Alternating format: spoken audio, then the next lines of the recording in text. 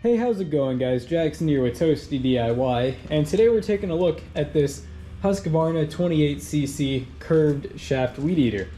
So this is a pretty basic weed eater, around $179. Definitely more expensive, if you're used to being on the budget side of just smaller home, trimming. The one that I'm upgrading from is this Remington, which is a pretty cheap model. I feel like this is like Walmart or Home Depot. I really don't remember where you can get a Remington weed eater from, but I want to say that this was about a $80 weed eater, kind of like along the lines of the Bowl-In or whatever the other kind of I guess you'd call them no-name brands, but just basically not like commercial use brands.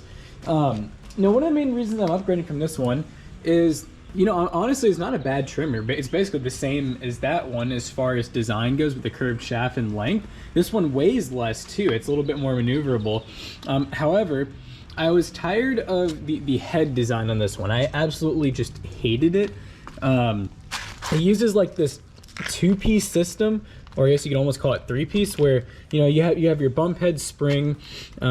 This basically goes back into the trimmer, and then you stick this guy in here, screw it in. But then what I hated was the part that the string actually goes through is not slotted. It literally has a hole, and it's just next to impossible to get this thing to work consistently. I feel like there's sometimes where I had good luck with it, not really any major issues, and I was able to restring it fine, and then it works really well. I mean, the bump feature on it's good. No complaints there. It definitely lacks power a little bit if you have any like taller stuff or you're just trying to go with one sweep. This stuff is not like a one sweep weed eater. You have to kind of go back and forth with it a little bit, but for 25cc and how lightweight it was, it's not bad. I mean, it starts up every time. It idled great after I adjusted the idle a little bit. So I mean, really not a bad weed eater, and I'll probably start it and compare it to the Husqvarna just so you can hear.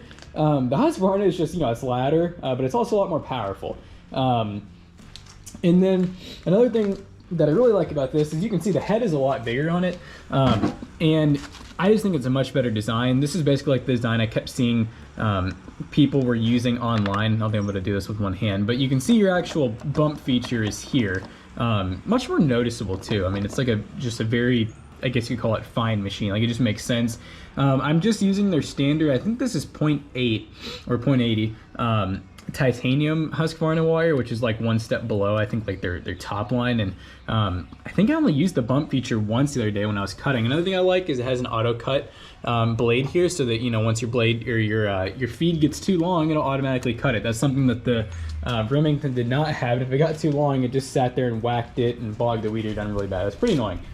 So 28cc engine, definitely, like I said, I mean, it's bigger. I think this weighs like 13 or 14 pounds. About the same features as standard weed eater. You have your full choke, half choke, and then wide open. So no choke. You have pull start. Your gas goes here. This is a 50-to-1 ratio mix. I always recommend running the I think it's True Fuel brand. Basically 50-to-1 premix that doesn't have ethanol in it, and it has fuel stabilizers. You can leave it in your equipment all winter and it doesn't gunk up. You can hear that from many people. I mean, it's definitely good stuff. It's expensive, but I think it's worth it. Idle adjustments right here, just takes a screw. It's just a Phillips or a flathead. You can really use either one. We have the priming bulb. Set this down. Right inside of here, it's just typical, instructions here. Prime it 10 times, full choke, pull it. It'll usually start on like the second or third pull, and then it might die. Then you put it to half choke, pull it a few more times, and then it should run on half choke. Let it run for about 30 seconds. It says 10, but I recommend like 30 to let it warm up, and then put it down to no choke, and it should idle. I will say, when I first started mine, I was having trouble with it. I mean, I put True Fuel in, which is supposed to be some of the best stuff, and got it started, but then I let it idle on high idle, half choke, for about, I'd probably say like 30 seconds, 45 seconds, and it just did not, as soon as I flicked it off, it just died. But after I left it on there for maybe another 10 seconds and gave it a little bit of gas, that seemed to help. There might have been air bubbles in the carb that were getting worked out. Then there was one point when I was first using it that I was just in the middle of trimming, and then I think I let off the gas and it just died instantly. But I started back up and I never had a problem after that, and I cut for another like 30 more minutes. So I don't know.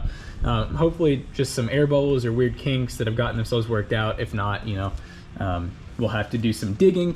But overall, though, pretty ergonomic design. Handle has a nice wing nut so you can easily move it. This part's cool. You can actually lock this. However, you know, you might not want to. You might want to actually leave it a little bit loose. And then you can actually press this guy here and turn this shaft any way you want. So you can do like 90-degree angles and stuff like that. You know, it's really good for like doing edges and stuff like that. So I think that's, you know, pretty much it as far as like the actual, well, you know what, let's go ahead and take the head off so you guys can actually see how that works. I'm gonna,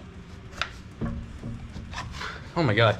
Okay, that was like, I don't know why I struggled so hard with that. It's a little bit cold too, which doesn't help. It's also raining, so that'll be fun when we get to do the test. But you have a really just nice single unit. It tells you which way to wind the cord, but look at this. This part's really nice. You have a slotted hole, so you can basically wind your cord, and then you just put it down in these slots, and that's it. And then you can kind of wind it back up from there.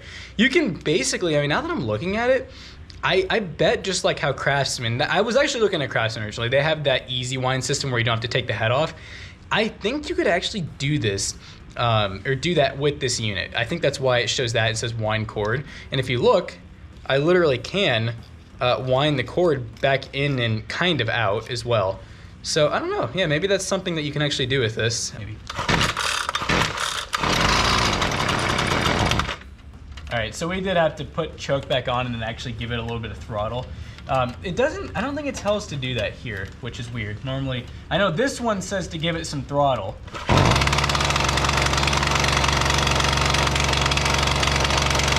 at that, it's trying to run away.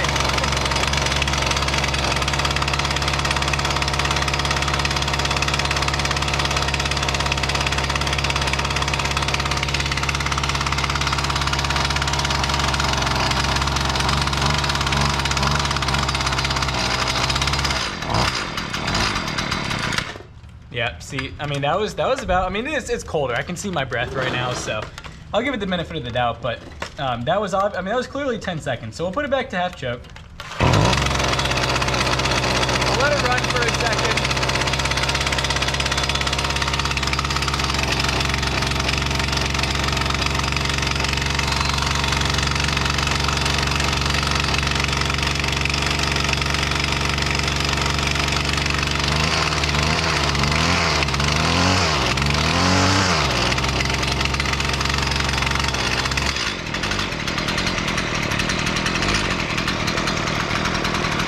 Alright, so at the moment, it seems to be running fine. Yeah, I mean, this thing, it sounds like an absolute animal, and it feels like one as well.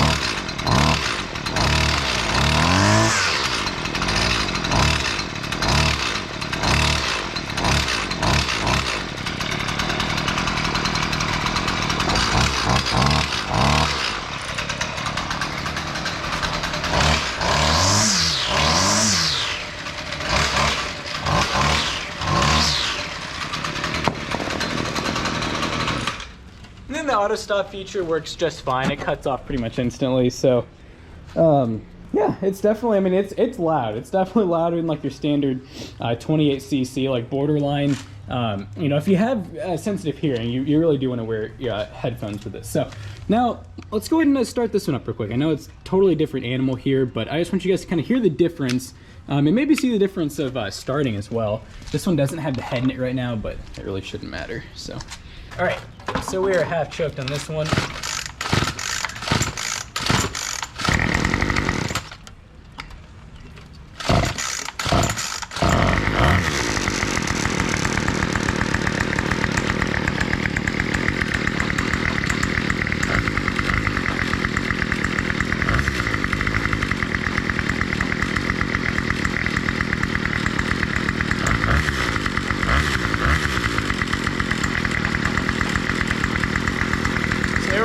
That's full open.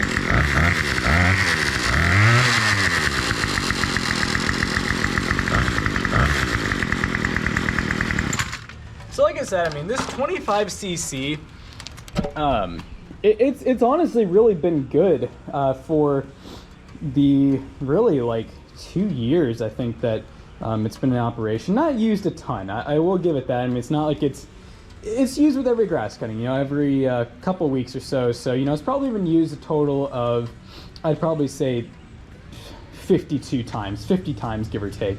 And obviously used, you know, sometimes for short periods, sometimes for really long periods. And I've used it on other people's lawns as well. So definitely a big sound difference. I mean, this one just, I mean, I hate to say it, this one feels like, this one is snappy. I mean, you snap the throttle and it's just instant. This one didn't even have a spool on it, and it still is a little bit slower, but I don't know, the 25cc almost sounds healthier in a sense. The Husqvarna has like, it has like a tin candy or metal sound. I think that's the exhaust on, honestly, like the muffler. But like I said, in performance wise, it has not at all given me any problems. So, you know, now that we've pretty much talked about the actual weed eater itself, let's go find a spot that we need to weed eat. And it, like I said, it is raining, so keep in mind, wet grass is typically not fun for lawnmowers or weed eaters because it's just so much tougher to get through and it gunks up really bad. It's also going to make a huge mess, but you know what? It's worth it.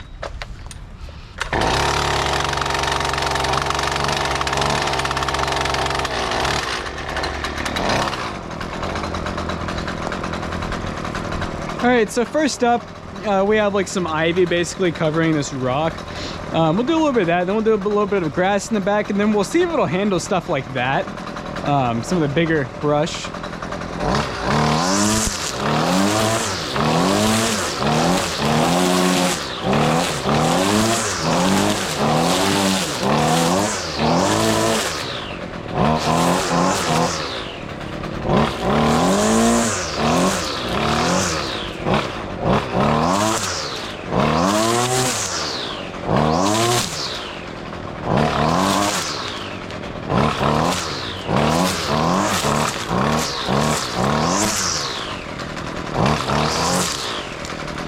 Yeah, I mean, as you can see, really no problem. Let's do like, I don't know, we'll do like a quarter throttle for this.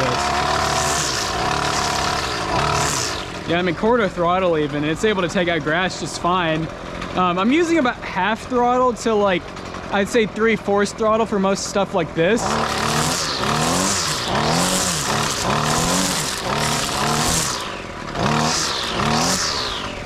And then real quick, just because I'm sure you guys want to see it, let's do like a quick full throttle. We'll do it on some of this bigger stuff.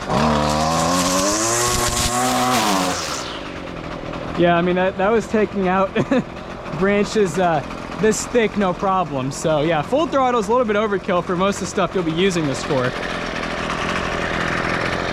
Yeah, as far as power goes, and just the way it runs and everything, so far at least, I think they did a great job in that. I mean, I have a Husqvarna leaf blower that I absolutely love. I mean, the leaf blower like blew me out of the water.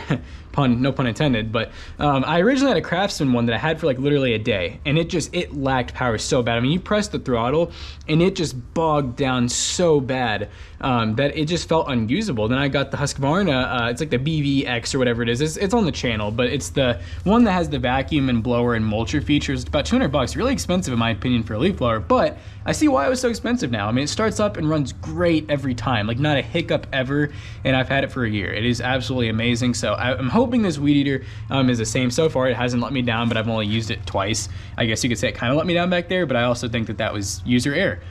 So all that being said, I hope you guys enjoyed today's video of the Husqvarna weed eater. If you guys have any suggestions for anything else, let me know in the comment section down below. And yeah, we'll see you guys in the next one. Peace out.